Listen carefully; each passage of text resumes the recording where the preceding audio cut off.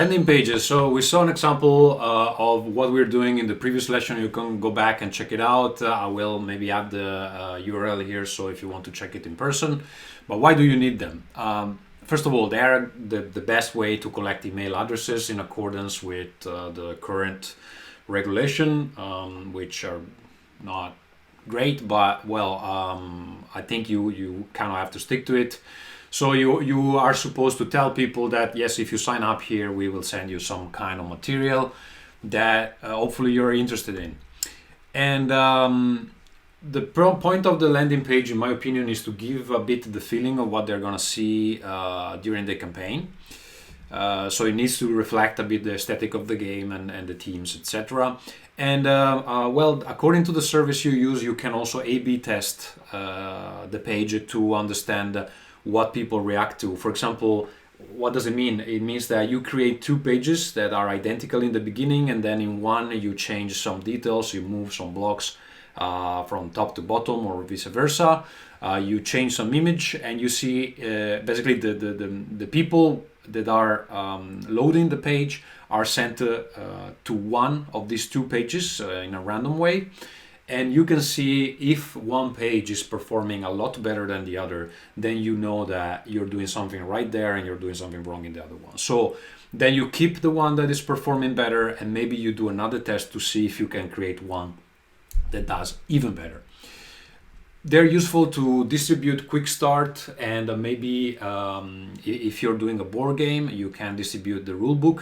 A lot of people are interested in reading the rulebook before the game is out, just to get the feeling of what kind of experience it's expecting them.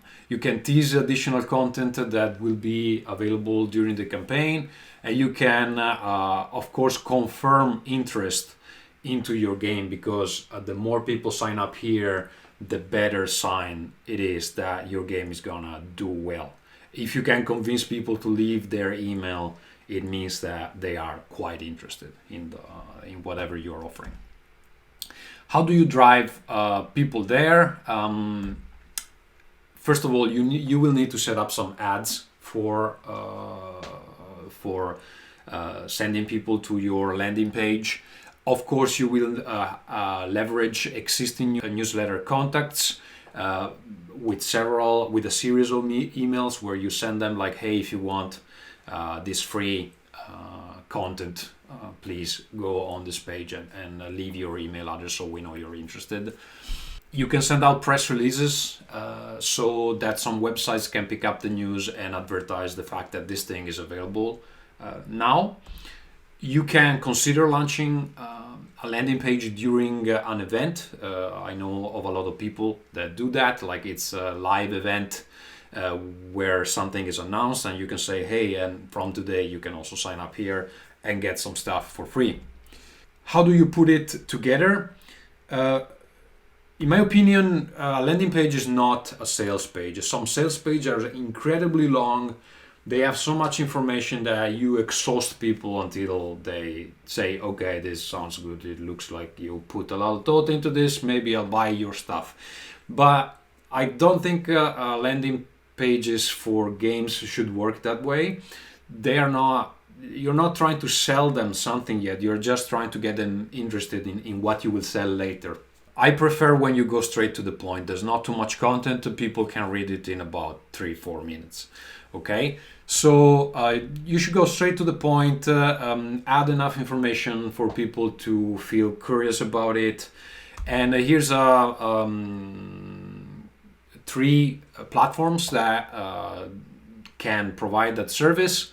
Mailerlite is the one we use. We used to be on Mailchimp, but the pricing structure of Mailchimp, I don't love it. Some people prefer it because it's established. It's been around for a long time.